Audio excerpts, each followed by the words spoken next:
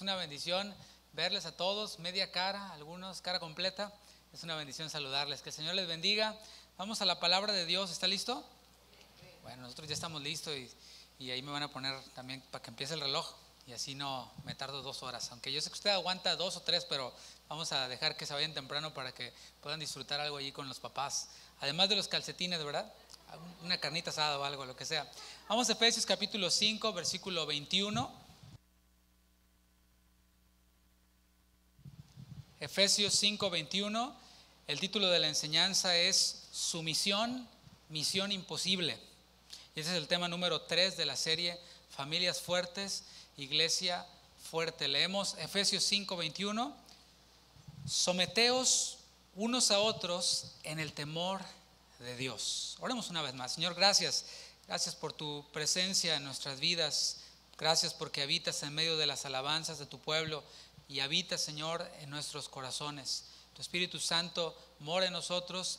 Tú, Jesús, también, Señor, derramas de nosotros, has derramado en nosotros tu Espíritu, y ese mismo Espíritu que inspiró las Escrituras es el mismo que estará obrando en nosotros, trayendo convicción de pecado, redarguyéndonos de justicia, de juicio, para que podamos, Señor, cada vez más parecernos más a ti. Y así, Señor, nuestras familias te glorifiquen, nuestra iglesia te glorifique, y así, Señor, podemos esperar tu venida, que ya está cerca, Señor. Y tu iglesia y el Espíritu dicen, ven, Señor. Habla a nuestros corazones, usa a este vaso de barro y muévete en medio de nosotros. Te lo pedimos en tu precioso nombre, Jesús. Amén. Amén. Aunque la familia es un tema de mucho interés, y lo hemos dicho en las enseñanzas anteriores, queremos tener claro el objetivo. Yo quiero comunicarle a usted el objetivo y que usted como congregación y como receptor tenga claro el objetivo de esta serie. Porque el tema es popular, es llamativo, pero nuestra intención, nuestro objetivo no es atraer personas, no es atraer gente por medio de temas interesantes, temas de interés, temas controversiales. Incluso hay quienes tienen esa costumbre y acuden a temas que son de interés social o temas que son de interés colectivo, y así atraen gente. Pero nosotros sabemos y tenemos claro que Cristo no vino a restaurar familias. Escucha esto, Cristo no vino a restaurar familias. ¿A qué vino Cristo entonces? Cristo vino a salvar pecadores. Primera de Timoteo capítulo 1 versículo 15 dice así. Primera de Timoteo 1:15. Palabra fiel, diga fiel, y digna de ser recibida por todos. Y aquí nos dice a qué vino Cristo. Que Cristo Jesús vino al mundo a restaurar familias. No. Cristo Jesús vino al mundo para salvar a los pecadores, de los cuales yo soy el primero. Y yo le digo a Pablo, no, Pablo, yo soy el primero, ¿verdad? Y usted dice, no, yo soy el primero. Es lo que debemos de buscar reconocer siempre en nuestra pecaminosidad, ¿no? Porque eso nos abre acceso al reino de Dios, nos abre acceso al arrepentimiento y nos abre acceso a la santificación. Pero estoy diciendo que el Señor Jesús no vino en primera instancia a restaurar familias, a arreglar matrimonios, a arreglar relaciones entre hijos y padres, sino vino a salvar a pecadores. ¿Por qué? Porque el principal problema del hombre, o el gran problema del hombre, el gran problema del matrimonio, el gran problema de la familia, no es falta de recursos, no es falta de cultura, no es falta de educación. ¿Sabes cuál es? Es el pecado. Ese es el gran problema del hombre. Oh, qué gran descubrimiento, ¿verdad? Es algo tan simple, pero a veces lo complicamos y pensamos que lo que le hace falta a nuestro matrimonio es romanticismo, es esto, es aquello. No, lo que le hace falta a nuestro matrimonio es que cada uno de nosotros reconozcamos eso, nuestra pecaminosidad, no la de tu pareja, no la de tu esposa, porque eso es bien fácil, sino la nuestra propia, que vengamos al Señor, que rindamos nuestra vida y nuestra voluntad, y entonces vamos a venir más humilditos. Y vamos a vivir, como dice el apóstol Pablo, para agradar a nuestra esposa y la esposa para agradar al esposo. ¿Te fijas cómo va cobrando sentido? El tema central de la palabra y del mensaje de Cristo es arrepentimiento. Él vino a salvar a pecadores. La fe en Él nos justifica delante del Padre, nos declara justos delante del Padre y nos pone en paz con Dios. Como consecuencia de la justificación y de la paz con Dios, las relaciones familiares comienzan a restaurarse. Y si en una familia solamente tú eres el único creyente, digamos que eres el esposo y ni tu esposa ni tus hijos son creyentes, pero si es así, el Señor te da la luz a través de su palabra para que tengas sabiduría y puedas convivir y vivir en medio de esos familiares no creyentes. Así de maravillosa es la palabra. Tenemos que establecer este principio, ¿por qué? Porque mucha gente solo quiere que se arregle su matrimonio. O sea, hay personas quienes se acercan a la iglesia y dicen, yo vengo a la iglesia porque mi matrimonio es un desastre. Y dices, de entrada tienes el enfoque incorrecto. Tu matrimonio es un desastre a causa del pecado y necesitas arrepentirte de tu pecado. Otros son más osados y dicen, pues aquí vengo a la iglesia a ver si me cambian a este gorila que tengo por esposo, ¿no? Entonces ahí se lo traigo para que lo cambie usted, pastor. Y dices tú, no, estás súper equivocado. El problema es de que muchos pastores asumen esa responsabilidad y dicen, no se preocupe, aquí se lo cambiamos. Y es un desastre. Es un desastre completamente porque no nos regimos a través de la palabra. Y eso es lo que estoy diciendo, que hay personas o pastores, iglesias, quienes tratan de suplir esa necesidad. Llámese arreglar los problemas familiares, llámese el tema de ausencia o falta de comida, de recursos, les damos comida, les damos despensa, les damos un milagro. El problema es de que cuando ya no hay despensa, ya no hay milagro, ya no hay tips para que tu esposo sea mejor, entonces la gente se va, así como las multitudes que seguían a Jesús. Hay muchos quienes quieren que se arregle su matrimonio, que arreglen a sus hijos, pero no están dispuestos a entregarle su vida a Cristo. Es bueno que las iglesias tengan programas para niños, para adolescentes, para jóvenes. Nosotros lo tenemos. ¿Por qué? Porque sabemos que es importante, es una parte como nosotros les servimos. Sin embargo, en este momento no se puede. ¿Por qué no hemos abierto las clases de los niños? Número uno, porque el distrito escolar de Houston todavía no abre. Entonces, algo debemos de aprender ahí, de que algo deben de estar ellos planeando para poder reanudar este tipo de actividades entre los niños. Número dos, porque nuestros salones son bien chiquitos. Le caben 30 a cada salón de los que están acá y no queremos exponer a sus niños. Y esto lo digo, ¿por qué? Porque hay quienes se acercan a la iglesia nada más porque tienen un bonito programa de clases para los niños. Ellos dicen, no, yo como quiera, ¿verdad? Los niños ahí, que ellos que aprendan. Muchos lo ven así y no es esto lo que nosotros queremos reforzar o comunicar. Quienes quieren que se arregle su matrimonio, sus hijos, pero no quieren nada con Cristo. ¿Alguna vez alguien te ha pedido un consejo? No, tengo un problema con mi esposa, tengo un problema con mis hijos, y te dicen su problema y te dicen todas las cosas que están sufriendo y padeciendo. No las minimizamos, puede que sí sean muy, muy, muy terribles, ¿no? Pero después de que tratas de ayudarle a la persona, tú como creyente, te das cuenta que esta persona emproblemada no toma en cuenta a Dios para nada. O sea, Dios no ocupa ningún lugar en su vida, o sea, no está en la ecuación. Y es que es imposible ayudar a alguien así. Alguien quien viene y te dice, tengo problemas en mi familia, para un creyente, mis hermanos, es imposible ayudarlo así de primera instancia. Es imposible. ¿Por qué? Porque primero debe de buscar solución al problema, que es el pecado. Debe entender lo que aprendimos en los primeros temas, que el hombre fue creado para glorificar a Dios, el matrimonio fue creado para la gloria de Dios, la familia fue creada para la gloria de Dios, Él creó todo para su gloria. Así que hacemos bien en no prometerles, no, mira, ven a la iglesia y se va a arreglar tu matrimonio. Cuidado, no. Si a ti te dijeron eso, si viniste hoy así, te dijeron, vente, vamos, no, lamento desilusionarte, pero no es así. Es importante que primero soluciones el tema pecado, que es un tema crucial en todo esto. Ahora, quiero hacer una aclaración. Hay matrimonios o familias que funcionan, entre comillas. Tú a lo mejor estás pensando, no, pues mira, mi comadre tal, no toman en cuenta a Dios y funciona bien, ahí se llevan bien, su viejo y ella, pues más o menos, su familia, sus hijos van a la universidad, pues no se emborrachan, no se drogan, no, la muchacha salió bien de su casa, no salió con su domingo 7, y a veces limitamos pecado a eso. Pero ¿sabes qué? Si Cristo no está en la ecuación, así, sin haber probado nunca drogas, sin haber o saliendo bien de su casa, etcétera, van al infierno, porque no es por obras, sino es por la sangre de Cristo, por la confianza en la sangre de Cristo, lo que hizo por nosotros. El hecho de que funcionen muchos matrimonios, el hecho de que funcionen muchas familias, no quiere decir que estén glorificando a Dios. Salmo 127, versículo 1. Salmo 127, 1. Para que veamos cómo la palabra afirma esto. Familias que se edifican sin tomar en cuenta a Dios. A lo mejor hasta ateos son, otros son ateos prácticos, no dicen que son ateos, pero viven como si Dios no existiera. Entonces funcionan, pero vemos cómo la palabra derriba esto. Y dice Salmo 127:1: si Jehová no edificare la casa, ¿qué dice? En vano trabajan los que la edifican.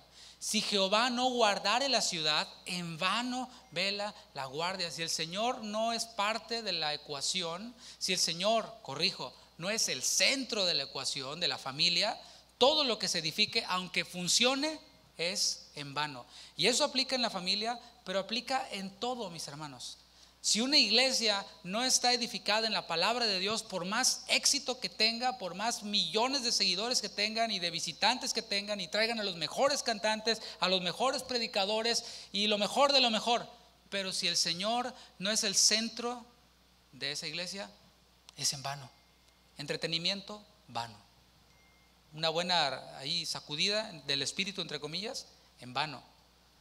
Algo que ya vimos es que Dios tiene todo el derecho de poner las reglas en lo que Él mismo instituyó. Claro, si Él instituyó la familia, Él tiene todo el derecho de poner las reglas, ¿sí o no? Si Él instituyó el matrimonio, Él tiene todo el derecho de poner las reglas. Si Él nos creó a su imagen, Él tiene todo el derecho de poner las reglas. ¿Cuáles son esas reglas? ¿O dónde encontramos esas reglas? Por supuesto, acá en la palabra de Dios. Es aquí en donde encontramos esas reglas, porque puede quedar de manera muy superficial y puede quedar muy ambiguo y decir, no, pues sí, Dios hizo todo para su gloria, hay que obedecerle, pero no tienes nada que obedecer. ¿Qué obedecemos? No, pues lo que yo pienso, yo siento, yo me imagino. No, es su palabra, y su palabra, mis hermanos, no es difícil de entender, no es imposible de entender. Y eso es algo que el Señor puso en mi corazón desde que nosotros iniciamos esta congregación. El primer mensaje que yo prediqué se llamaba La claridad del Evangelio, así se llamó. Porque el Señor me mostraba que es importante que la iglesia, que la gente que iba de venir o que había de venir a esta iglesia, tuviera claro eso. La palabra no es para eruditos, no es para un grupo selecto de gente así muy inteligente, muy intelectual. No es así. En los Salmos dice, de la boca de los niños y de los que maman, el Señor hizo una alabanza. El Señor vino a los más sencillos. El Evangelio debe de estar disponible y debe ser entendible aún para las personas quienes no tuvieron el privilegio, porque es un privilegio. Muchos dicen que es un derecho, pero es un privilegio el poder recibir educación. Nosotros aprendimos a leer, aprendimos a escribir, a sumar, a multiplicar. Bueno, yo hasta ahí doy, ya de ahí ya es muy difícil para mí. Pero aprendimos todo eso como un privilegio, fue una bendición. Y quienes no tuvieron este privilegio también deben de tener acceso a la palabra de Dios. Piénsalo. Jesús, cuando habló a las multitudes, y la mayoría de la gente que escuchaba a Jesús era gente inculta, porque la educación era solamente para la clase alta. Pero Jesús, ¿cómo les habló? Les habló por parábolas. Dijo, el reino de Dios es como una semilla de mostaza, y les habló acerca de las aves, les habló acerca de la tierra, de labrar la tierra, de cosas que ellos entendían, porque Cristo vino a salvar a pecadores, y se salvan por medio de la locura de la predicación del Evangelio, el cual debe ser entendible para todos, hasta para el más sencillo. Salmo 19, versículo 7. A lo mejor yo te doy toda una cátedra de trigonometría o unas cosas de estas raras que saben los matemáticos allá. Benjamín, no sé dónde está, pero él es físico, él le sabe mucho a los números y todo esto. Y tú quedas bien impresionado, ¿no? Pero el Evangelio no es así. El Evangelio es entendible hasta para el más sencillo. Dice Salmos 19, 7. La ley de Jehová es perfecta. Eso no quiere decir que la palabra sea cualquier cosa. Si nosotros profundizamos en la palabra, vamos a encontrar tesoros espirituales, pero los más importantes están en la superficie. La ley de Jehová es perfecta, que convierte el alma. El testimonio de Jehová es fiel, que hace sabio al sencillo. Yo buscaba una frase para poder resumir eso que te acabo de decir, y encontré esta, se me ocurrió esta: Dios no busca erudición, Él lo que busca es disposición. Él no busca eruditos, busca dispuestos. Fíjate en los discípulos de Jesús, pescadores ahí que echaban las redes, que olían a pescado. De ahí, síganme, y dejando sus redes le siguieron. Dios no fue a buscar a las grandes escuelas, no fue a buscar a los encumbrados. El Señor fue y buscó gente como tú, gente como yo. Les dijo, síganme. Y ahí el Señor buscó a hombres que no eran eruditos, pero que estaban dispuestos, que dejaron sus redes y le siguieron. Y aunque su palabra no es difícil de entender, es clara, a nuestra carne, a nuestra naturaleza pecaminosa, le resulta imposible obedecer lo que está escrito. O sea, es simple por un lado de entender, es clara, pero para nuestra carne es imposible obedecer. Por esta razón, el Señor Jesucristo nos dio su Espíritu Santo. A todo creyente el Señor le dio su Espíritu Santo para que no con nuestra capacidad humana le obedezcamos, sino que con su poder nosotros le obedezcamos. Romanos capítulo 8, versículo 26. Dice que el Espíritu nos ayuda en nuestra debilidad. Por eso esto del cristianismo, mis hermanos, es para los pobres en espíritu. O sea, yo dije, Dios no busca erudición, Dios busca disposición. Pero eso también lo podemos traducir como pobreza en espíritu, como Jesús dijo en el Sermón de la Montaña. Esto es para los pobres en espíritu, para los que se reconocen incapaces, incapacitados. Pablo decía, su poder se perfecciona en mi debilidad. Y su Espíritu nos ayuda en la debilidad. Cuando yo reconozco mi debilidad, cuando no digo, no, yo soy lo máximo, yo soy la octava maravilla, yo soy la última Coca-Cola del desierto, soy la mamá de Tarzán, bueno, así lo máximo, ¿no? Ahí entonces Dios no obra. ¿Por qué? Porque nosotros nos creemos suficientes, pero cuando reconocemos nuestra debilidad, su poder se perfecciona y su Espíritu Santo nos ayuda en nuestra debilidad. Hablando del Espíritu Santo, el Espíritu Santo es la tercera persona de la divinidad. Nosotros creemos en un solo Dios, en tres personas. La función del Espíritu Santo en el Antiguo Testamento era temporal, diga temporal. Estamos hablando Antiguo Testamento. Entonces el Espíritu Santo descendía y venía sobre hombres, los capacitaba para alguna misión dada por Dios. Ahí tienes a un Sansón, que no era un hombre súper fuerte, era un hombre normal. Pero cuando el Espíritu Santo venía sobre él, le daba una fuerza sobrehumana y él era capaz de acabar con todo un ejército, con una quijada de burro. Y con eso le era dada fuerza para que él hiciera algo que no cualquiera podía hacer, no cualquier hombre podía hacer. Pero tienes también allí a Saúl, el primer rey de Israel, un hombre quien desobedeció a Dios. Pero aún sobre ese hombre, quien no era la voluntad de Dios que fuera rey de Israel, sino era voluntad del pueblo, el Espíritu Santo vino sobre él y él hasta profetizó. Pero eso no era garantía de que Saúl fuera un verdadero creyente, un hombre piadoso. Y vemos cómo terminó Saúl. También vemos cómo terminó Sansón. ¿Te fijas? O sea, Dios mandaba su Espíritu sobre hombres, a veces hasta incrédulos, para que pudieran cumplir con el propósito que Dios tenía para con su pueblo. El tema no se centraba en Sansón. A veces nos venden esa idea, ¿no? De que no, Sansón es el héroe. No, el héroe es Dios. Dios con un pueblo, y Sansón jugó parte en ese plan de Dios para con su pueblo. No sé si me estoy comunicando. David también oraba, el gran rey de Israel, oraba y decía, no quites de mí tu Santo Espíritu. ¿Por qué? Porque él sabía que el Espíritu le podía ser quitado cuando él estaba en pecado. Esto es en el Antiguo Testamento. Pero Jesús aparece en la escena en el cumplimiento del tiempo, y entonces Jesús cambia todo. El Señor Jesús les prometió a sus discípulos en Hechos 1:8, pero recibiréis poder cuando venga sobre vosotros el Espíritu Santo, y me seréis testigos. O sea, ese es el propósito de ese poder. Me seréis testigos en Jerusalén, en Judea, en Samaria y hasta lo último de la tierra. ¿Cómo el Señor iba a hacer que su evangelio llegara hasta lo último de la tierra? Con hombres pescadores, incultos. Los mismos hombres los reconocían como hombres sin letras y del vulgo. Bueno, porque no era con su sabiduría, no era con sus fuerzas, no era con su inteligencia, sino con el poder de su Espíritu. Y el Señor Jesús ya les había prometido antes a sus discípulos al Espíritu Santo. Juan capítulo 14, versículo 16, si me acompañas, Evangelio según Juan, para que veamos cómo el Señor les prometió a sus discípulos a su Espíritu Santo.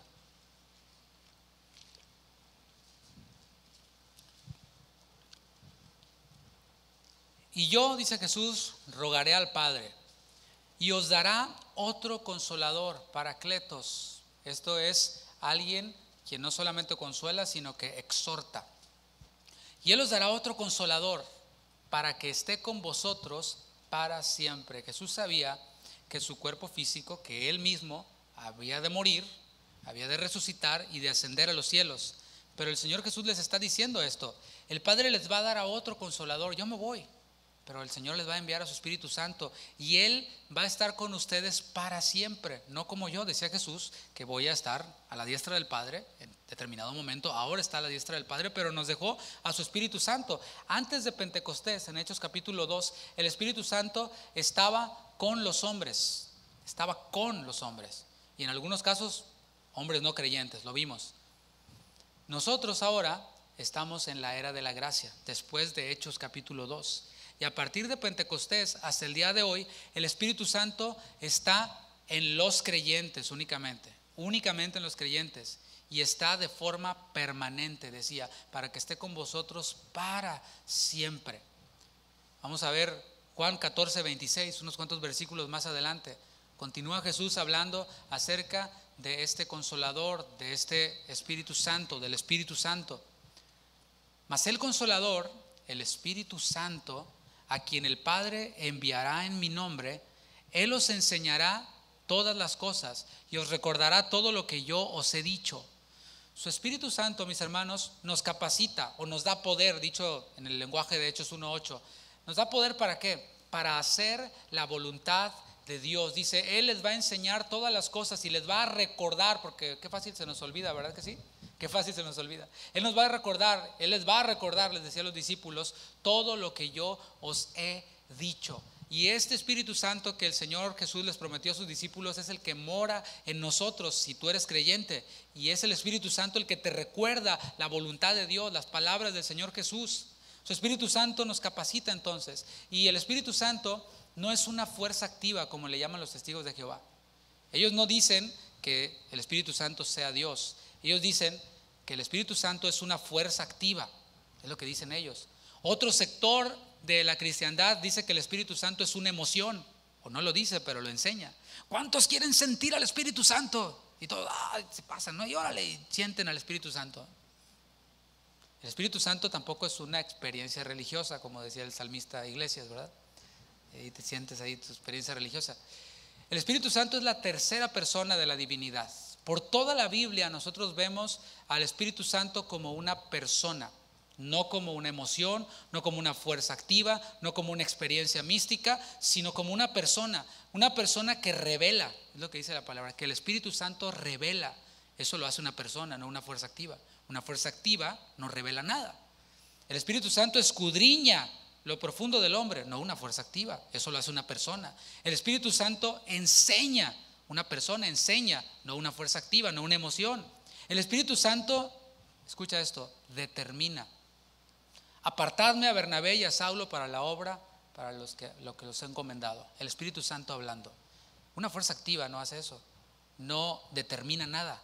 Pero el Espíritu Santo como persona y como Dios determinó que Bernabé y Saulo fuesen apartados para esa misión, la cual ya el Señor les había revelado desde antes. El Espíritu Santo ayuda, porque es una persona. Una persona ayuda, una fuerza activa no ayuda.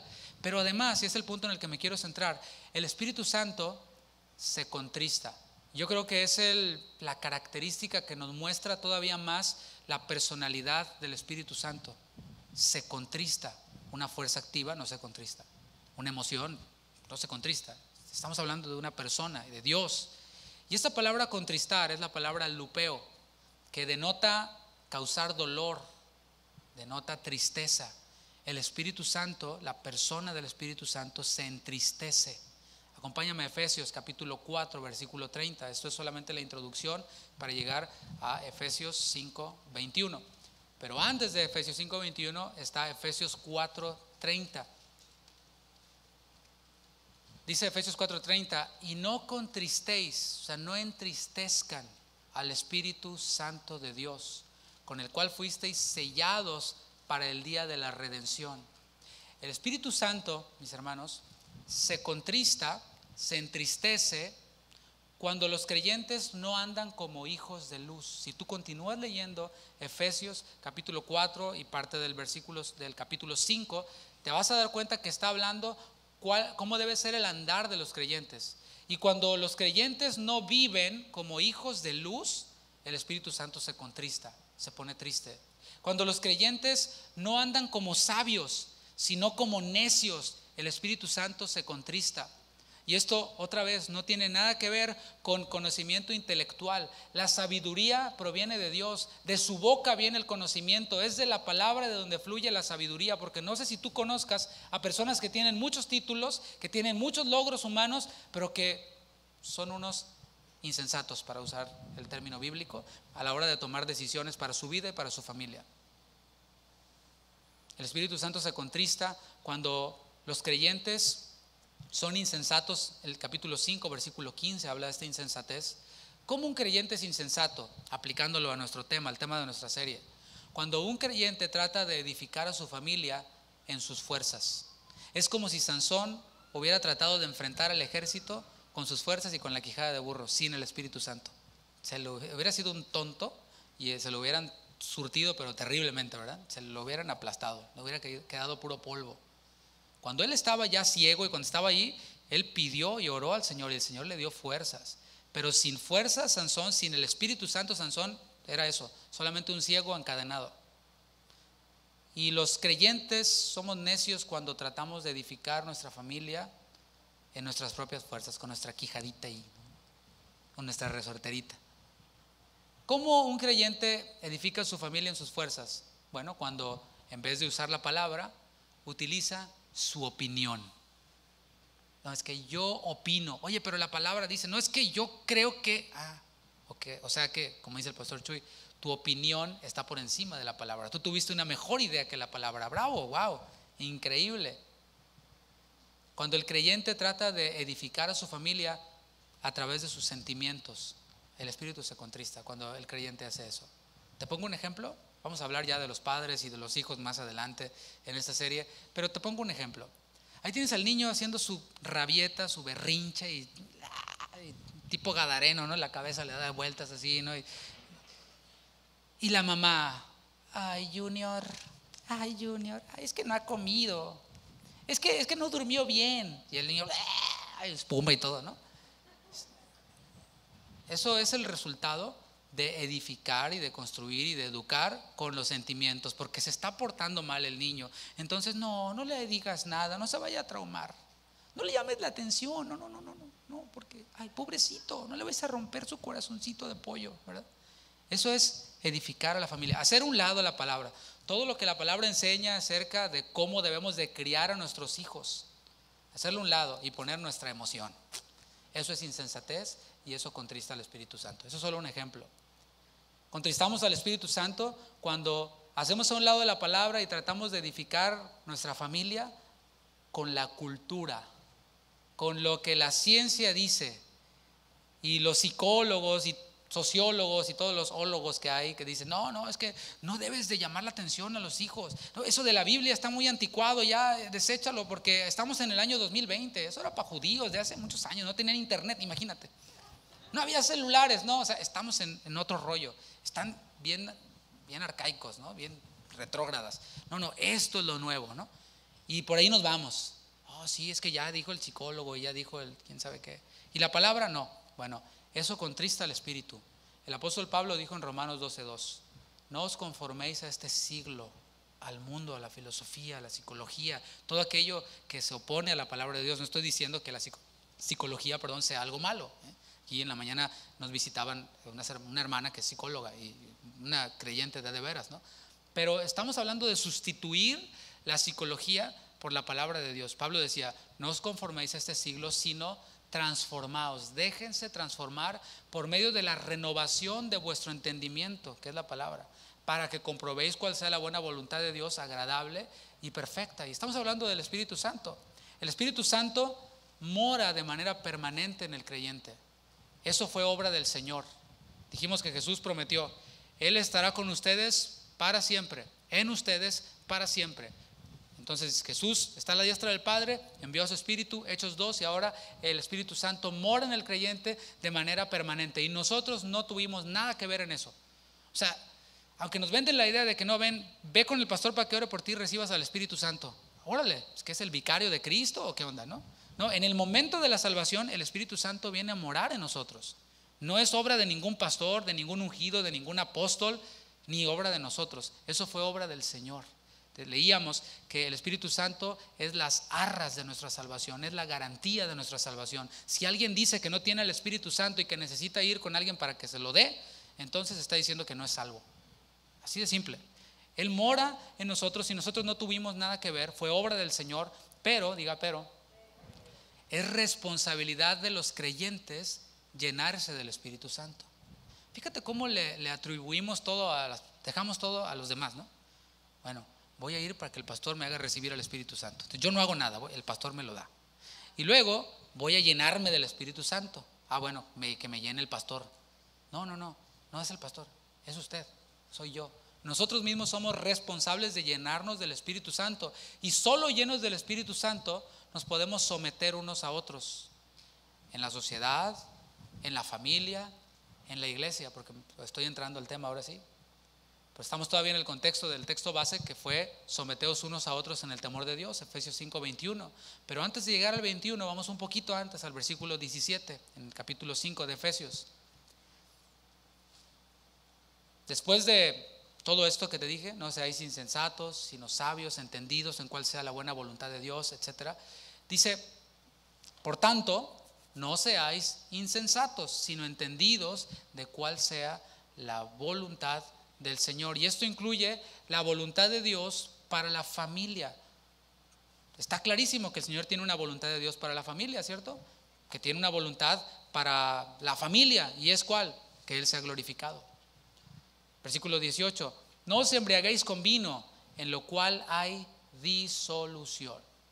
La idea que Pablo está transmitiendo aquí es esta. Piensa en una persona llena de vino, llena de licor, llena de algún tipo de estupefaciente.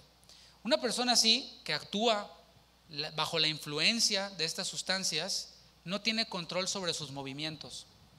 Decía yo en la mañana, y lo he dicho en otras ocasiones, que a mí me encanta ver los programas de policías que traen su camarita aquí o en el carro y detienen a personas. Están súper divertidos, están bien padres. Entonces me gusta porque veo las reacciones de aquellos quienes van manejando. Lo detiene el policía, se baja, le baja el vidrio y le da el tufazo a marihuana o el tufazo así a alcohol. El policía, ¿no? casi lo tuesta, ¿no? Y le dice, venía tomando, nomás me eché una, le dice, ¿no? Pero así no pueden ni hablar. Y me encanta porque luego se bajan y los hacen caminar en la línea, ¿no? Imaginaria, o les ponen una línea ahí. Y ellos están seguros de que van derechitos, se van cayendo, ¿no? Pero en su mente ellos dicen, no, yo debería ser trapecista, ¿no? Es increíble. ¿Por qué? Porque una persona bajo la influencia de algún estupefaciente no tiene control sobre sus movimientos. Además, hablan cosas sin sentido, ¿no? ¿No te conoces a alguien así? Un borracho que dice, no, sí, compadre, yo lo quiero mucho, compadre. Unos que les da la cariñosa, ¿no? Y con todo el compadre y todo. No saben ni lo que dicen. Usted y yo, compadre, somos brothers, ¿no? Y pura tontería hablan cosas sin sentido. Y aunque el mundo diga que el consumo de alcohol es para socializar, las estadísticas demuestran que la palabra de Dios es verdadera. O sea, nosotros no necesitamos estadísticas para comprobar que es verdad. Yo creo que es verdad. Pero las estadísticas comprueban que la palabra de Dios es verdad. Dice que en el vino hay disolución. Esa palabra disolución significa derroche. Derrochadores son los borrachines, ¿verdad? No, son bien disparadores. ¿A poco no tenías el tío borrachín que nomás te acercabas y te sacaba los billetes, ¿no? O tú mismo a lo mejor eras de los que les disparaba la carne asada y las chelas a todo el mundo y el otro día no tenías para la renta, pero lo bailado, ¿quién te lo quitaba? Decías, ¿no? En el vino hay disolución, hay derroche, pero también disolución significa libertinaje y significa desenfreno. Bueno, ahí en ese ambiente es en donde ocurren cosas muy terribles moralmente hablando, ¿no? Después no saben con quién amanecieron, etcétera, ¿no? Ese tipo de desenfrenos. Y con todo esto vienen las terribles consecuencias de las cuales nos hablan las estadísticas. El Departamento de Transporte de los Estados Unidos dice que cada día, a diario, 28 personas mueren en los Estados Unidos en choques vehiculares relacionados con personas bajo los efectos del alcohol. O sea, hay muchos choques, pero 28 diarios hay muertes, involucran muertes con personas que andaban bajo la influencia del alcohol. Esto es una muerte cada 51 minutos que tiene que ver con eso.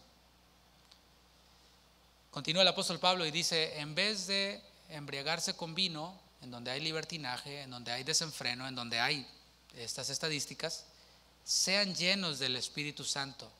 Y es que siempre que Dios nos prohíbe algo, porque bueno, Él es Dios, Él tiene todo el derecho de poner las reglas y de prohibirnos cosas. ¿Usted qué cree? Pero siempre que el Señor nos prohíbe algo, nos pone la otra opción. El Señor nos dice: no hagas esto, haz esto. Y eso es un buen principio para que lo apliquemos nosotros como papás. ¿Sí hay papás, verdad? ¿Sí vinieron? Bueno, y estrenando calcetines, decía mi hermano, ¿verdad?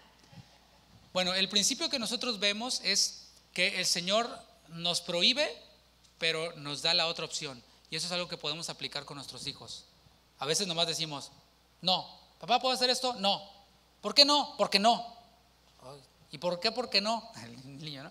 Porque soy tu padre y te callas. El Señor no hace eso. El Señor nos dice: no se embriaguen con vino, en cambio sean llenos del Espíritu. Y como padres hagamos esto. Hijo, no por esto y por esto, pero en lugar de eso haz esto. Hijo, no juegues este juego en el cual sacas la AK-47 y matas a todo mundo y le sale sangre y todo. ¿Por qué no, papá? Está bien chido, está bien divertido. No, hijo, no hagas eso, porque mira, y le enseñas. En lugar de eso, haz esto. Juega uno de básquetbol, juega uno de fútbol, etcétera.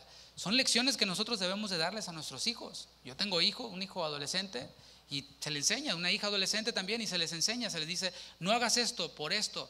Velo tú mismo juzga. ¿Tú eres salvo? Sí, soy salvo. ¿Tienes al Espíritu Santo? Sí. Bueno, que te reveles, y eso que está allí glorifica a Dios o no. No, pues no. Bueno, entonces, pero en lugar de eso, haz esto. ¿Te fijas? Y eso lo vamos a ver más cuando hablemos acerca de los padres. Por eso nomás algo para los papás. Ahí les va su regalo, ¿verdad? Ahí les quedó su regalo. Siempre que Dios nos prohíbe algo, nos da su alternativa.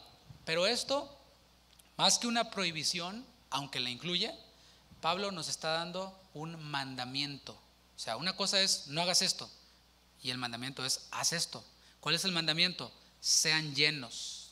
Eso viene del griego pleró, que significa llenar algo hasta arriba. Llenarlo de tal modo que no le quepa nada más, es atiborrar. Eso es pleró, nos da esa idea. O sea, no se llenen medio tanque nomás, no se llenen poquito hasta 3/4. No, de tal modo que no le quepa más nada. Y esto no tiene nada que ver con experiencias místicas, mis hermanos. Repito, enfatizo eso, porque hay quienes: no, está bien lleno del Espíritu Santo, está bien borracho del Espíritu Santo. A mí me tocó vivir los 90s en la iglesia, siendo yo un niño, un recién nacido. No es cierto, pero era muy chico yo, ¿no? Y recuerdo que estaba de moda lo de la borrachera del Espíritu, y todos se ponían bien borrachos ahí en la iglesia. Y todos, no, pues ahí andaba las chupitos y la tostada, la guayaba, y todo, el chanfle, el chupes, todos andaban ahí, ¿no? Y el Espíritu, pues sí asustaba, sí daba miedo. Pero después veías las vidas de los borrachines espirituales, terrible, porque el Espíritu Santo no es una experiencia mística. Llenarse del Espíritu Santo no es una experiencia mística. La llenura del Espíritu Santo es el dominio pleno que su persona divina actúa en el creyente. El creyente quien rinde incondicionalmente su vida al control del Señor. El creyente quien vive bajo su total influencia, que vive bajo su total dirección. Eso es la llenura del Espíritu Santo. No es andarse ahí revolcando. Ahora, adentrándonos ya en el tema, podemos hacer una pregunta: ¿cómo sé si estoy lleno del Espíritu Santo? Dices: ok, sí lo tengo porque sí creí. Entonces, si lo tienes, el Espíritu mismo te da testimonio de que eres su hijo. Dices: no, sí, hasta ahí vamos bien. Ahora, ¿cómo sé si estoy lleno del Espíritu Santo? O podemos también hacer una pregunta: ¿cómo sé si alguien está lleno del Espíritu Santo? Y el mismo texto nos lo responde en el versículo 19: hablando entre vosotros con salmos, ¿qué más? Con himnos y cánticos espirituales, cantando y alabando al Señor en vuestros corazones. Este es el resultado de estar lleno del Espíritu Santo. Y es que si tú te fijas, todo el versículo 19 está hablando de expresión. Y primero es expresión hablada y luego expresión cantada. O sea, el canto también es una manera de expresar y de comunicar. hablando entre vosotros con salmos, con himnos y cánticos espirituales, cantando y alabando al Señor en vuestros corazones. Y es que tan pronto oyes hablar a alguien y te das cuenta de lo que está lleno, ¿sí o no? Es como cuando tomas el tubo de la pasta de dientes, le apachurras y sale pasta, ¿verdad? Que no sale aceite de oliva ni sale ketchup, o sea, es pasta, sale pasta. Y lo mismo, cuando oyes hablar a una persona, inmediatamente te das cuenta de lo que está lleno. Así como el borracho, cuando le bajan el vidrio y sale el tufo y habla, buenas noches, dices, este anda hasta el copete, ¿verdad? Pero también lo mismo, cuando oyes hablar a una persona, te das cuenta de lo que está lleno. Y esto Jesús lo dijo en Lucas capítulo 6, versículo 45. Fíjate, Lucas 6, 45. La claridad del mensaje de Jesús. Él nos lo pone, como decimos, con bolitas y palitos, así bien simple y sencillo, para que todos lo entendamos. Dice Lucas 6, 45. El hombre bueno del buen tesoro de su corazón saca lo bueno. Y el hombre malo del mal tesoro de su corazón saca lo malo. Porque de la abundancia del corazón habla la boca. ¿Sí lo entendieron, niños que están aquí? ¿Sí lo entendieron? El hombre bueno, ¿qué saca de su corazón? Lo bueno. No estoy diciendo a los niños, a los niños y niñas. ¿Y el hombre malo, qué saca de su corazón? Está simple, está simple. No, es que estaban dormidos, pero quería que se despertaran. Porque de la abundancia del corazón habla la boca. Y es lo que está diciendo también el apóstol Pablo aquí en Efesios 5, 19. Lo que hablamos es lo que está en nuestro corazón. Y habla también de la expresión cantada. La alabanza, mis hermanos, es más que una actividad. La alabanza a menudo la asociamos, no, pues son los cantitos rápidos de la iglesia, esos que van, donde aplaudimos. Alabanza es más que una actividad, aunque la incluye. Alabanza es un estilo de vida. Estar lleno del Espíritu es estar lleno de la palabra inspirada por el Espíritu, porque dice la misma palabra en segunda de Pedro 1:21 que el Espíritu inspiró a los santos hombres para que escribieran. El Espíritu la inspiró, y estar lleno del Espíritu Santo es estar lleno de esa palabra inspirada por el Espíritu. Así como alguien se llena de vino al grado de ser controlado por el vino, se nos manda a llenarnos continuamente del Espíritu, porque la borrachera se baja, ¿verdad? Y luego se la curan, como dicen, ¿no? Se siguen emborrachando. Y así hasta la tarde, pues ya le meten más de lleno, ¿no? Bueno, más o menos es la idea que nos está transmitiendo. Llénense del Espíritu. Síganse llenando, síganse llenando, síganse llenando para que sean controlados por Él. Para que sea Él quien nos controle, quien nos guíe, quien nos dirija. Que no hablemos nosotros, que no oremos nosotros, porque dice Romanos que el Espíritu nos ayuda en nuestra debilidad. Dice, ¿qué hemos de pedir como conviene? No lo sabemos, pero el Espíritu intercede por nosotros con gemidos indecibles. Y entonces el Espíritu ora por nosotros y le dice al Señor, Señor, no le oigas esa petición. Dice que quiere un nuevo trabajo, ¿cómo ves? No, hombre, no le hagas caso. Si con ese muy apenas se congrega, quiere que le des otro donde va a estar más ocupado, no se va a congregar, no se lo des. Y ahí estás tú. Pero el Espíritu intercede por nosotros con gemidos indecibles y nos controla, nos dirige cuando estamos llenos de la palabra que inspiró el Espíritu Santo. Colosenses capítulo 3, versículo 16. Colosenses 3, 16.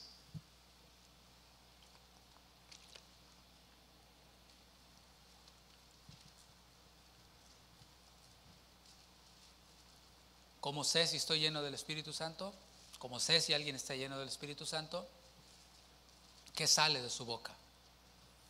Dice Colosenses 3:16, la palabra de Cristo more en abundancia en vosotros, enseñándoos y exhortándoos unos a otros en toda sabiduría, cantando, otra vez aquí aparece la expresión cantada, cantando con gracia en vuestros corazones al Señor, con salmos e himnos y cánticos espirituales.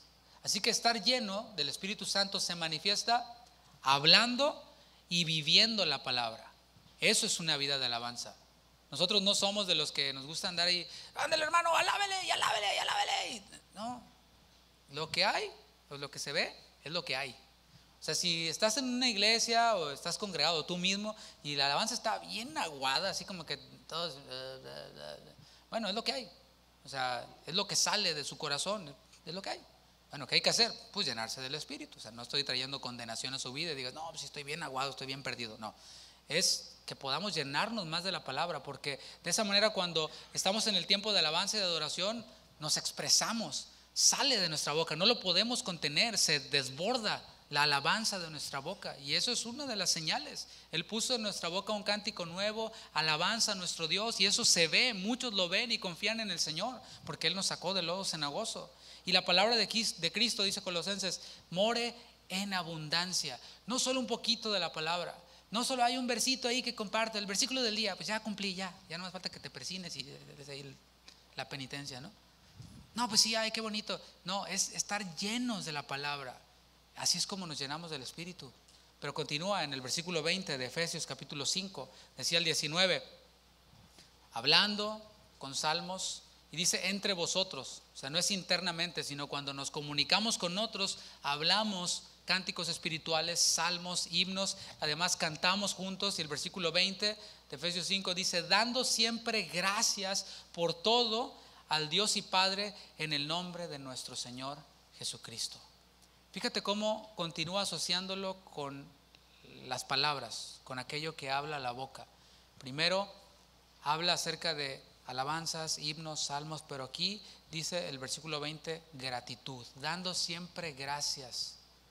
Entonces tú puedes darte cuenta si estás lleno del Espíritu Santo, si de tu boca sale gratitud, salen alabanzas, sale gloria a Dios, glorificar a Dios, o sale queja. Lo opuesto a la gratitud es la queja, así como el antídoto de la queja es la gratitud. Si tú hablas con alguien, estamos diciendo eso, que alguien quien está lleno del Espíritu Santo habla la palabra, está lleno de la palabra, habla de la palabra. Pero te encuentras con alguien, ¿cómo estás? Quejas, y ya empieza la queja. El calor, el presidente, el pastor, el hermano, la pandemia, la mascarilla no me gusta, hay muchas filas en los supermercados, y esto es una conspiración mundial, y seguramente el presidente órale. Bueno, eso se acepta de un incrédulo, ¿no? Pues no tienen, su corazón está lleno de queja, de infelicidad, de ira, está enojado hasta consigo mismo, se ve en el espejo y se pelea consigo mismo. Es lo que hay. Pero de un creyente se espera eso. Bueno, si dices tú, no, pues ese soy yo, pastor. Bueno, sigamos adelante con la palabra. El antídoto contra la queja es la gratitud, es ser agradecidos, y esa es la voluntad de Dios. El Señor dijo, la voluntad de Dios es vuestra santificación, la voluntad de Dios es que seamos agradecidos, es la voluntad de Dios, porque cuanto más agradecidos somos nosotros, entonces minimizamos la queja en nuestra vida, y eso solamente se da no como una tradición, no como una religión, no como un ritual, sino como resultado de estar lleno de la palabra, lleno del Espíritu Santo. Aquel quien es agradecido está manifestando que está recibiendo un favor de alguien superior. Cuando tú le das las gracias a alguien, estás reconociendo lo que esa otra persona hace por ti. Hay personas que dicen, no, yo lo hago, no le voy a deber nada a nadie. Pues eso no es la vida en el Espíritu, no ves ahí el Espíritu Santo, ¿verdad? No, es agradecimiento, porque quien reconoce o quien da las gracias reconoce que ha recibido un favor de alguien superior. Y yo te pregunto, ¿habremos sido nosotros favorecidos por Dios? Pues claro, hemos sido favorecidos por su gracia salvadora en Cristo. Si eres creyente, tienes eso que agradecerle, tenemos eso que agradecerle, que Él nos favoreció, no porque lo merecíamos, no porque nos lo ganamos o porque salió en una rifa, no nos lo merecíamos. Por su gracia, Él derramó su sangre, por su gracia nos salvó. Y todo lo que nosotros recibimos, además de la salvación, es, como dice Pablo, gracia sobre gracia.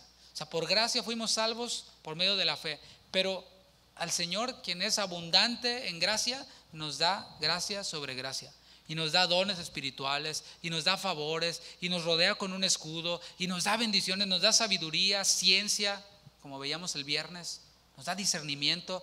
Todo eso, mis hermanos, es gracia sobre gracia. Así que pregunto otra vez, ¿habrá motivos para ser agradecidos con el Señor? Sí. Pero entonces, ¿por qué a veces, en vez de que haya gratitud, alabanza y todo esto, queja?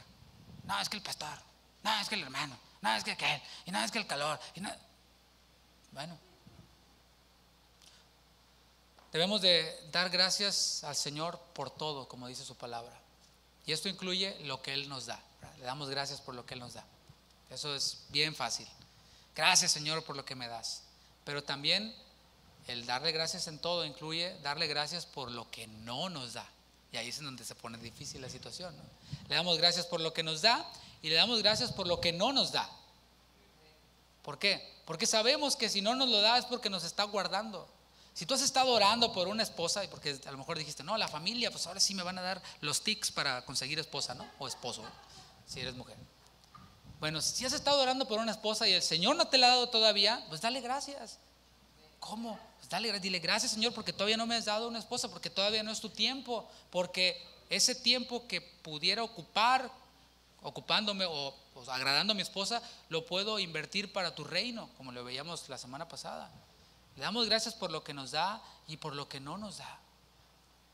Después de que Pablo describe la vida en el Espíritu, empieza a hablar acerca de esta misión imposible, la cual para mí va a ser imposible decir en 10-15 minutos, pero voy a tratar. Esta misión es imposible para el hombre carnal, es imposible, y es la misión de la sumisión. Sumisión en la familia, sumisión en la iglesia, sumisión en la sociedad. Para el hombre carnal es imposible. Leamos otra vez el versículo 21 de Efesios 5. Someteos unos a otros en el temor de Dios. La primera palabra que encontramos aquí es someteos. Y este verbo se deriva de la palabra griega hupotazo, que es estar debajo. Eso es hupotazo, someteos, estar debajo. Y estar debajo implica obediencia. Por ejemplo, en tu trabajo tú tienes un superior y lo que ese superior te dice que hagas, tú lo obedeces si quieres mantener tu trabajo, ¿verdad? Eso es estar sometidos, implica obediencia. Hupotazo principalmente, o así por concepto, es un concepto militar en el griego. O sea, Pablo les habla de un término militar, y no sé tú, pero cuando yo pienso en el ejército, pienso en orden, ¿no? Tú ves al ejército y los ves a todos bien planchaditos, bien su pelito así, y todos derechitos así. No los ves ahí todos, ¿eh? O todos jorobados ahí. No, ves al ejército todos derechitos y todos alineaditos. ¿Y qué dice el general? Para allá, para la derecha, y todos para la derecha, ¿no? Y marchen y marchan, y párense, y alto ya, y alto, y preparen armas. O sea, ¿lo ves ahí? No ves imagínate el general diciéndole al ejército, marchen ya. ¿Y por qué? No pasa eso. No ves al soldado aquí con todo el huevo frito, así la ketchup, no, los ves bien. Saben recibir órdenes. Los soldados se someten y obedecen las órdenes del general, aunque el general no sea a lo mejor lo máximo, pero es el general y ellos reciben órdenes. Las órdenes que da un general pueden ser de vida o muerte. En un momento en el que el general les dice pecho tierra, pues ahí ellos tienen que obedecer, porque si no les puede caer el balazo en la cabeza. Imagínate, pecho tierra, ¿y por qué? Y de ahí quedó el soldado. La traducción de hupotazo en la Reina Valera 60 que tenemos nos da la idea de que es una orden, ¿verdad? O sea, someteos, se entiende como que es una orden, un mandamiento, y sí que lo es, pero el verbo hupotazomenoi en griego comunica una acción continua. Por eso en otras versiones, como en la Reina Valera antigua, dice sujetados los unos a los otros. O sea, nosotros leemos en la Valera 60 someteos, pero aquí en la Valera antigua dice sujetados los unos a los otros. Lo podríamos traducir así: estando sometidos los unos a los otros. Y no es algo que hacemos una vez, porque tú puedes decir, no, pues ya me dijo pecho tierra y ya lo hice, ya. No, esto es una acción continua, es una práctica continua. Y hablando de sumisión, es algo que choca con la cultura. Constantemente vamos a estar viendo cosas en la palabra que chocan con la cultura. Y es importante esto, lo vimos la semana pasada, y es que el cristianismo es contracultural. Hay un libro de John Stott que dice, se llama Cristianismo, la contracultura. Somos una contracultura, o somos el reino del revés, para que me entiendas, ¿no? O sea, el mundo te dice que el que pega más fuerte, ¿cómo es? El que pega primero pega más fuerte. Bueno, el chiste es que si eres más fuerte, eres más padre, ¿no? Más tremendo. Pero el Señor Jesús dice si te dan en una mejilla, preséntale también la otra. O sea, ¿cómo? La sumisión choca con la cultura, porque la cultura nos inculca independencia. No, yo soy independiente, yo me someto a nadie. Yo estoy para dar órdenes, no para que me las den. Eso es lo que la cultura nos transmite. La cultura nos inculca una libertad aparente, entre comillas. No, tú no te sometas a nadie, tú sé libre, tú sé hippie, ¿no? Tú sé tu propio rey, vive tu vida a tu manera, etcétera. Para nuestra cultura, someterse es señal de debilidad, ¿sí o no? No, ¿cómo te vas a andar sometiendo? No, eso es ser débil, ser tonto, ser poco capaz de razonar. ¿O no has oído este término? No, es que estos son unos borregos, estos van ahí atrás, ¿no? O sea, es un término despectivo para aquel quien se somete, no es un borrego que no piensa, que no sabe pensar, que no es independiente, que no es libre, sino que tiene que estar ahí con todos los demás. Eso es en la cultura. Pero no solo para la cultura, mis hermanos. Para nuestra naturaleza humana, para nuestra naturaleza caída, el hombre adánico en nosotros o adámico, no se nos da el someternos. No está en nosotros. Y anda una tendencia por ahí en redes sociales, no sé si lo has visto, en donde ponen una cámara y ponen a un niño, ¿lo has visto? Y le ponen un postre o algo y le dice la mamá, no te lo comas, Juanito, ¿verdad? Y se va la mamá. Nomás yo lo veo, qué pecador me sentí. Pensé que le iban a hacer así, sí, ya lo vi. ¿Ya lo vieron? ¿Sí? Qué pecadores. No, entonces ponen la cámara, ponen al niño, ponen un postre y le dicen, no te lo comas, y se va la mamá y queda la cámara. Y el niño dura como 3 segundos nada más, ¿no? Y se le queda viendo al postre y así como que, ay, mi mamá no viene, ¿no? Y entonces mira para un lado, mira para el otro y le da un llegue, ¿no? Y llega la mamá, no, nada, y aquí todo embarrado, ¿no? Es parte de la naturaleza humana, está en nosotros. No se nos da someternos, más bien lo que se nos da es imponernos, es rebelarnos a todo lo que tenga que ver con autoridad. A nuestra naturaleza humana no se le da someterse. Un ejemplo actual. Todos sabemos de los lamentables acontecimientos o el lamentable acontecimiento en Minneapolis, ¿cierto? En donde un hombre perdió la vida en manos de un policía que hizo un mal uso de su autoridad, un pésimo uso de su autoridad. Y eso es indiscutible. Pero eso no justifica las manifestaciones, las protestas o más bien motines que se han dado en muchas ciudades. Sí, un hombre murió injustamente en manos de un policía que utilizó mal su autoridad. ¿Y por eso van a robar Target? ¿Por eso van a romper vidrios de bancos y van a destruir propiedad ajena? O sea, no tiene ningún sentido. Y espero que ninguno de los creyentes de aquí haya andado por ahí en las manifestaciones, ¿verdad? Se efectuaron robos y se agredieron a otros policías que nada que ver con el otro. O sea, nomás porque eres policía, pégale, ¿no? O grítale o insúltalo. La mentalidad del mundo tiende a eso, a la anarquía, a rechazar la autoridad, a buscar una falla en la autoridad para poder rebelarse, para justificar su rebeldía y la anarquía. Anarquía es la ausencia de autoridad, es la ausencia de ley. Pero la realidad, mis hermanos, siendo ya ni siquiera pensando bíblicamente, pensando objetivamente, así por simple sentido común, la autoridad y la ley son necesarias para que funcione el asunto. Piénsalo. Si no hubiera un stop sign y dijera ahí, en vez de eso, dijera peace and love y say hippie, be you, y ahí, paz, ¿no? Los choques. Porque a uno sintió darle y el otro también sintió darle y se estrellaron los dos. O sea, tiene que haber ley, tiene que haber autoridad, tiene que haber sumisión y obediencia a la autoridad para que funcione este asunto. El jueves fui a visitar a unos hermanos con mi familia. Yo desconocía esa área, ya salimos de noche y yo me metí a una calle y yo voy en la calle manejando y vamos bien padre, alabando al Señor, ¿verdad? Y aleluya. Y de repente veo que viene un carro así de frente y me echa las luces y yo, este brother me van a andar saludando, ¿no? A lo mejor me conoce. Y luego otro me echa las luces y dije, pues ¿por qué todos van para allá y yo voy para acá? ¿Quién sabe? Estos están bien raros los de esta área, ¿no? Y otras luces, pero de repente vi otras luces rojas y azules, ¿verdad? Entonces ya se baja la oficial y pues ya me saluda y ¿verdad? Me dice, ¿sí sabe por qué lo paré? Digo, creo que ya sé por qué me paró. Me di cuenta, pero pues ya no podía arreglar el asunto. Yo desconocía, no vi el letrero, quiero decir. Pues yo violé esa ley y ella con todo derecho me detuvo y pues me exhortó a que tuviera más cuidado. Y bueno, para que no se quede ahí estresado y preocupado, no me dio ticket, nada más me dijo que tuviera cuidado, me despidió y me escoltó hasta eso, ¿no? Ya me sacó de ahí. Pero se requiere la ley, se requiere la autoridad para que funcione tanto la sociedad como la familia, como la iglesia. Para que la familia funcione, para que la sociedad funcione, para que la iglesia funcione, debe de haber orden, y ese orden incluye sumisión.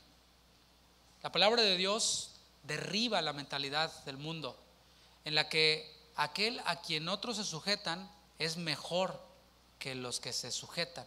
O sea, la mentalidad del mundo te dice, no, tú estás para mandar y no para que te manden, porque si tú te dejas mandar, eres menos. La palabra de Dios derriba eso. Leemos nuevamente en Efesios 5:21, en donde dice, someteos unos a otros. O sea, no dice, si el otro es mejor que tú, sométete. O tampoco dice, si tú te sometes, eres menos. No. Nadie es más que otro. Todos fuimos creados a imagen de Dios. ¿Lo vimos ya? A imagen de Dios los creó, varón y hembra los creó. Aún Eva, quien salió de la costilla de Adán, fue hecha a imagen de Dios también. Así que no hay nadie más. No hay un ser humano que sea 2.0, que sea así la versión corregida y aumentada. No, todos somos iguales. Es más, en cuanto a la salvación, el Señor Jesús derramó su sangre por todos. Eso es lo que creemos nosotros, porque así lo dice la palabra. El Señor Jesús derramó la misma sangre por morenitos, que por blanquitos, que por amarillitos, que por azulitos, por hombre, mujer, por todos. El Señor derramó su sangre. Lo dice primera de Juan 2:2.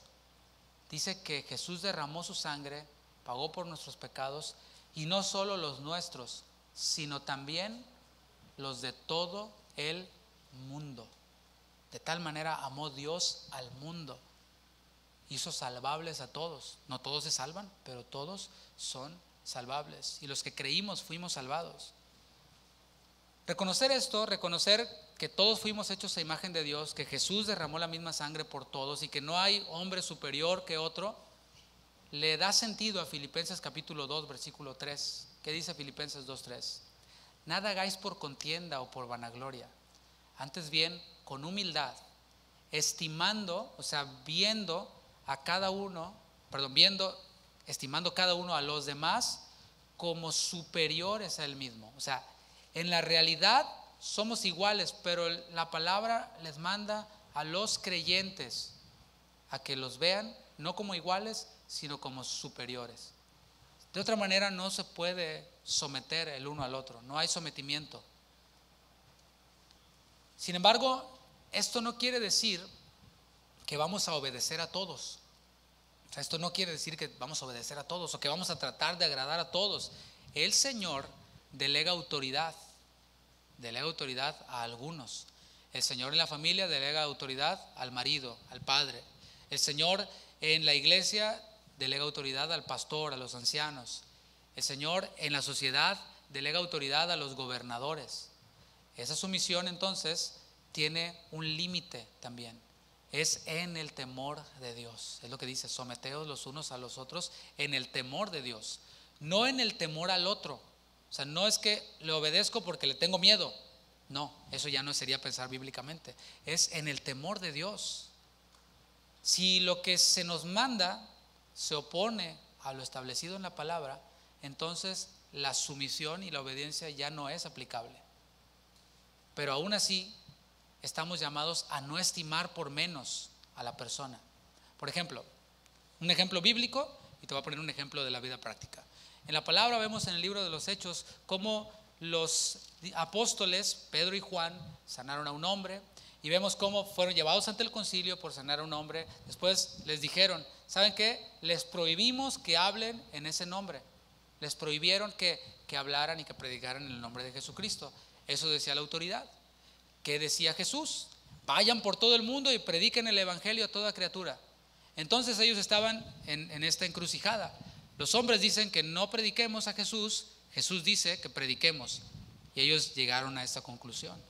Es menester obedecer a Dios antes que a los hombres, y obedecieron a Dios, ¿sí? Pero esto no les dio licencia para que fueran a la iglesia, para que agarraran unos palos, unos machetes, unos rifles y piedras y se fueran sobre el concilio, sobre la autoridad. ¿Verdad que no? ¿Te fijas? Aunque ellos les dieron una orden que transgredía la palabra, ellos se sujetaron a la palabra, pero se siguieron sujetando en todo lo demás a la autoridad de ellos. Un ejemplo en la familia. El padre puede decirle, es posible, no estoy diciendo que sea bueno, sino es posible que un padre le diga algo a su hijo, le mande algo a su hijo que va en contra de la palabra. No voy a entrar en detalles, no hay tiempo, pero cualquier cosa que vaya en contra de la palabra. El hijo, ¿qué ha de hacer? Sujetarse a la palabra. Pero eso no le da licencia al hijo a rebelarse en contra de su padre o a desmerecer la autoridad de su padre. Puede ser con una esposa. El esposo se puede equivocar y puede decirle a su esposa algo que va en contra de la palabra.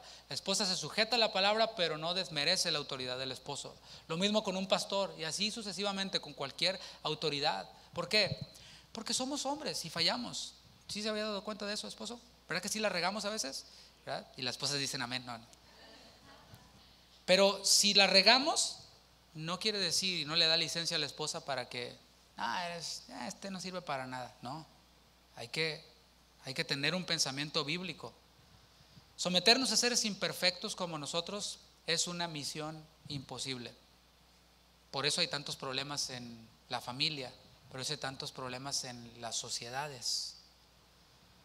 Y aplicado a nosotros, ¿cómo nosotros como creyentes le vamos a decir a una esposa incrédula, sométete a tu esposo? No tiene ningún sentido. Aparte que te va a decir, estás loco, yo me voy a someter a ese cuate.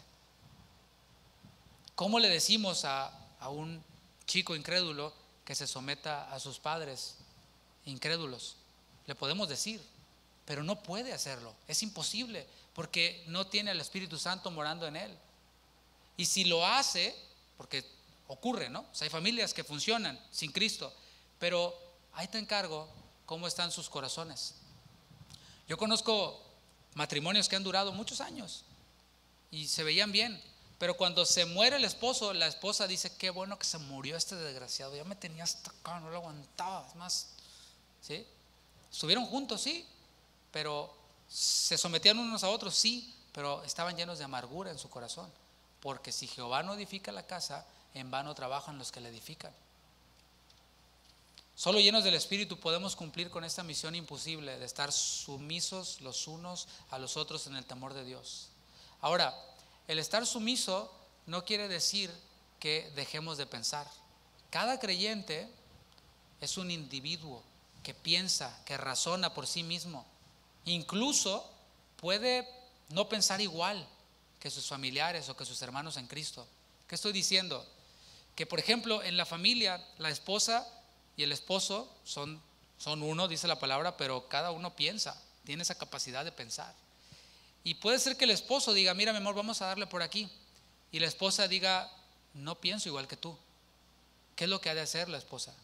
Bueno, con todo respeto puede exponerle su punto de vista al esposo. Mira mi amor, yo pienso que esto que tú dices no va por esto.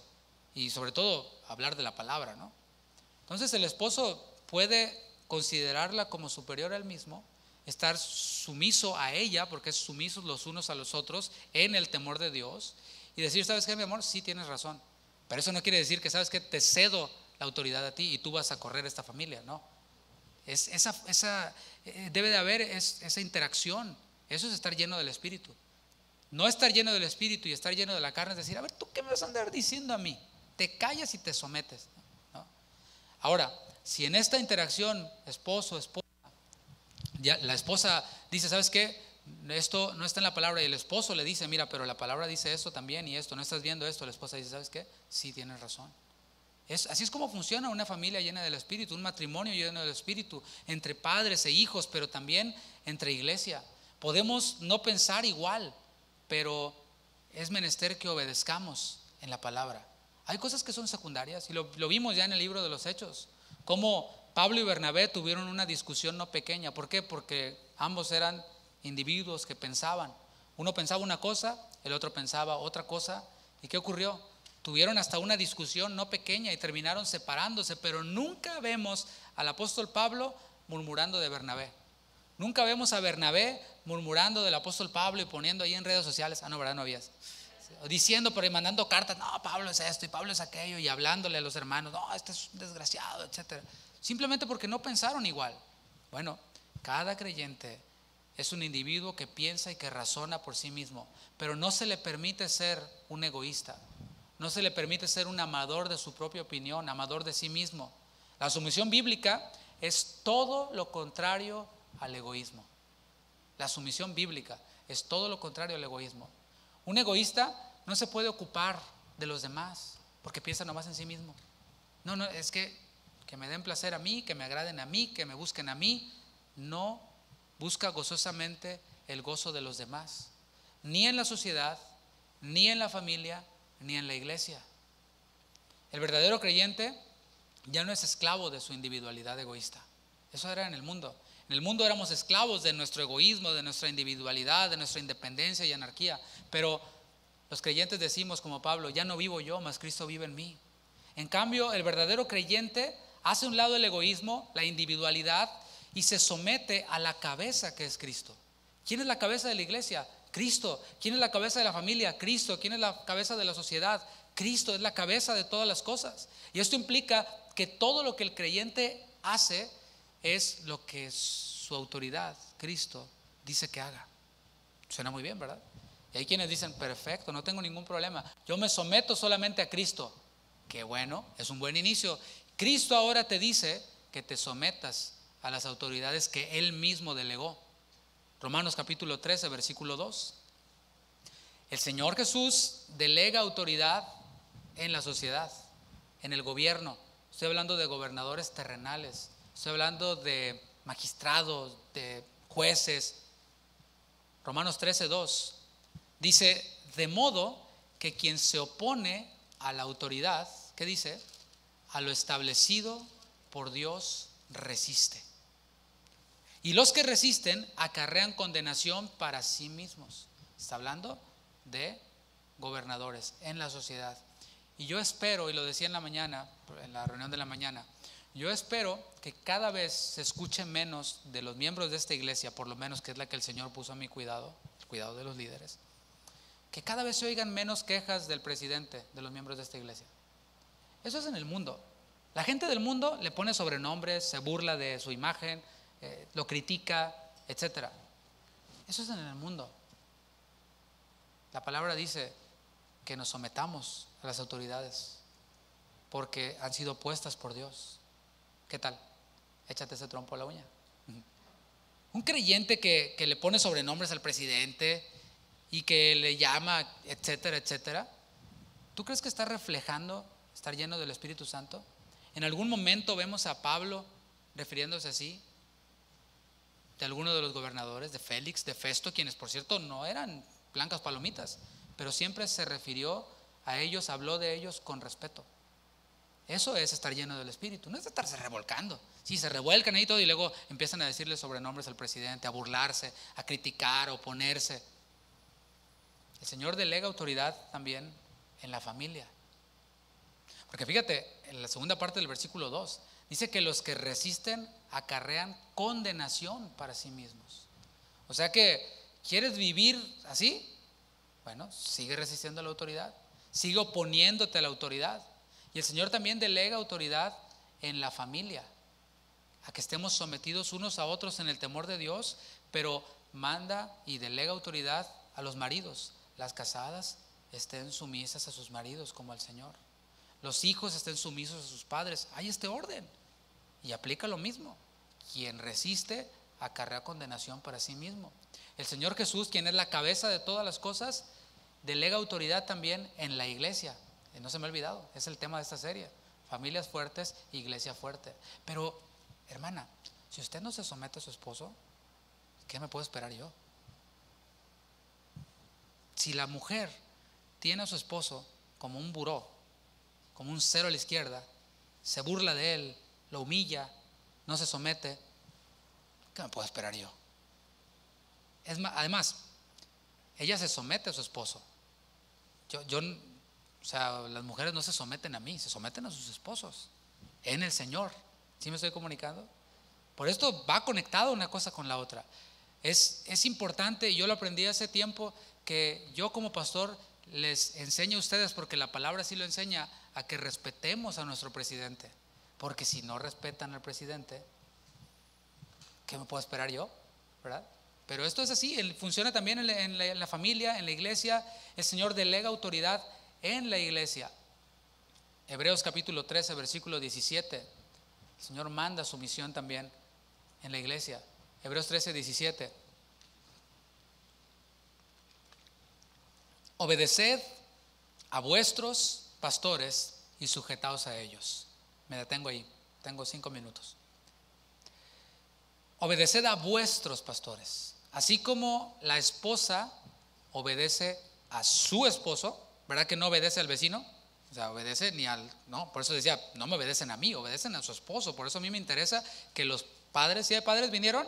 ¿Sí? A ver. Oh. ¿Sí vinieron los padres, los esposos? ¿Sí? Eso, bueno, por eso me interesa que ustedes se pongan las pilas, que nosotros como padres seamos los que vamos delante de la familia, que seamos los que tomamos la iniciativa para ir a la iglesia, no que nuestra esposa, ándale viejo, vamos, ay no, o sea, que seamos nosotros los que tenemos la iniciativa de guiar a nuestra familia en el temor de Dios.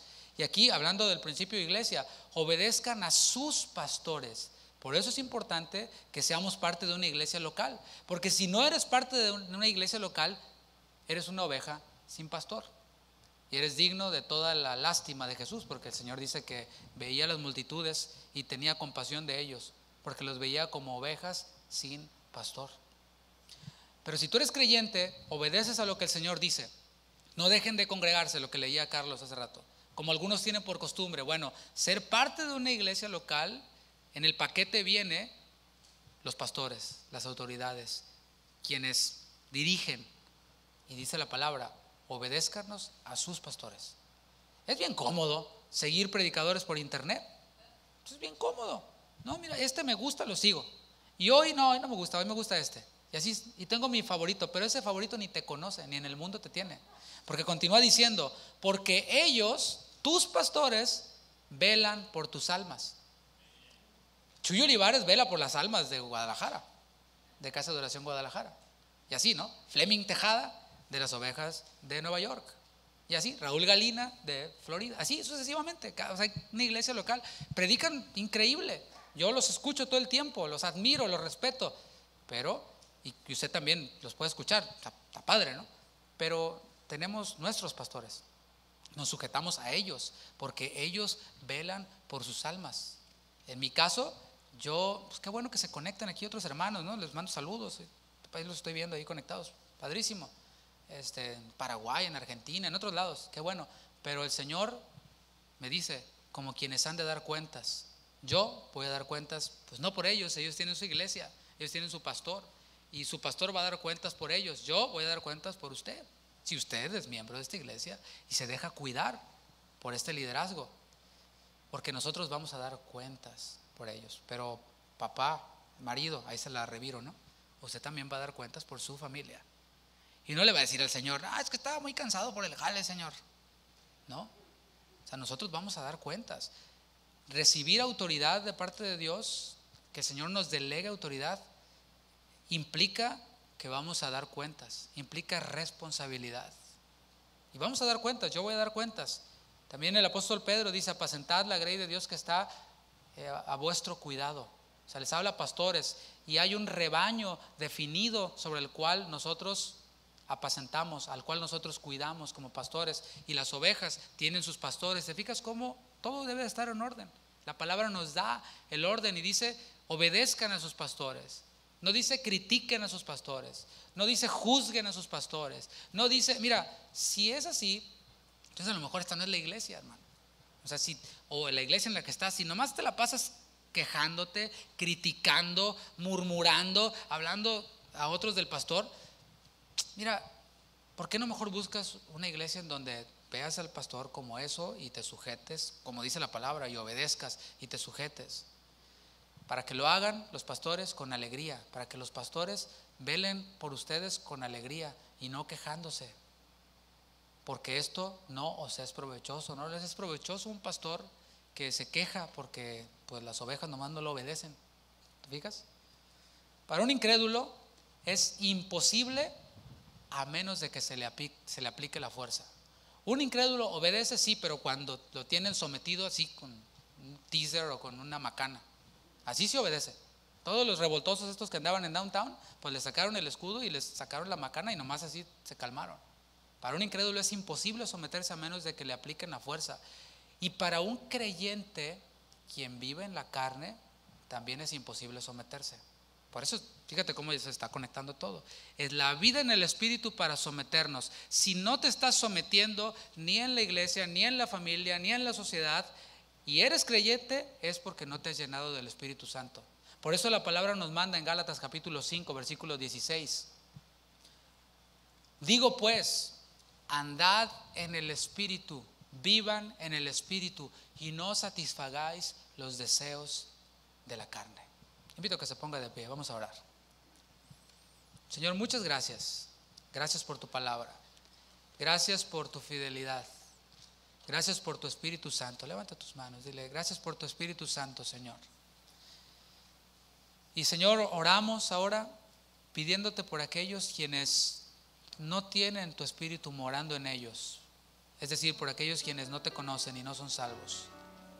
Pidiéndote, Señor, que tu Espíritu Santo traiga convicción de pecado, de justicia y de juicio, porque esa es su función. Nosotros hemos hablado el Evangelio, hemos dicho que el gran problema del hombre es el pecado. Y Señor, tú tienes la solución para el pecado. Tú venciste al pecado en la cruz y tú lavas de todos sus pecados a aquellos quienes se arrepienten. Y Señor, si hay alguien aquí quien no te conoce, quien no te ha confesado como su Señor y como su Salvador, Señor, haz la obra en su corazón. Haz la obra en su corazón y que en donde quiera que se encuentre pueda pedirte perdón por todos sus pecados. Pueda, Señor, pedirte que seas su Señor y dejar que tú seas su Señor. Y con tu Espíritu morando en él, entonces él pueda comenzar a hacer su voluntad. Que tu Espíritu así pueda ayudarle en su debilidad. Sabemos que tú lo harás. Y que tú añadirás a tu iglesia a los que han de ser salvos, así como lo hacías y lo sigues haciendo. Tú no te has detenido, tú continúas trabajando. Tu Hijo Jesús lo dijo: mi Padre hasta ahora trabaja y yo trabajo. Y tu Espíritu trabaja hoy en medio de tu pueblo y en medio de todos aquellos quienes son expuestos a tu palabra, porque la fe para salvación viene por el oír y el oír por la palabra de Dios.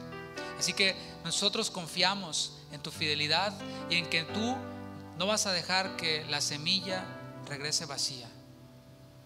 Señor, nos alineamos a tu voluntad, que es que ninguno perezca, sino que todos procedan al arrepentimiento. No dejaremos de predicar a nuestros familiares. En la sociedad donde salgamos seremos luz y solo lo podremos hacer llenos del Espíritu Santo. Y por eso, Señor, también pedimos por aquellos quienes han oído este mensaje, creyentes, pero que habían vivido en la carne. Y esa vida en la carne les había dirigido y guiado para hablar no alabanza, sino queja, murmuración, calumnia.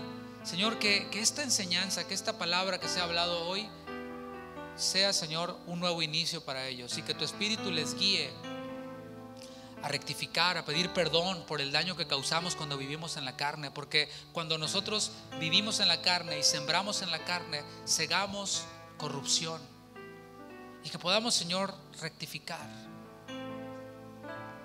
y así ser guiados por tu Espíritu, ser llenos de tu Espíritu, llenos de tu palabra.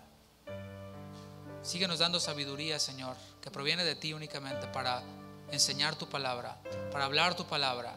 Y que cada creyente, cada miembro de esta iglesia, quien se acerque a oír tu palabra, salga lleno de la palabra, pero que cuando llegue a su casa y comience su semana, se siga llenando y llenando y llenando de la palabra, que siga perseverando en la doctrina de los apóstoles, en el partimiento del pan y en la comunión con otros creyentes, hablando entre nosotros mismos cosas que nos edifiquen, cosas que nos bendigan, porque tú vienes, Señor, por una iglesia santa, una iglesia llena de tu Espíritu, llena de tu palabra.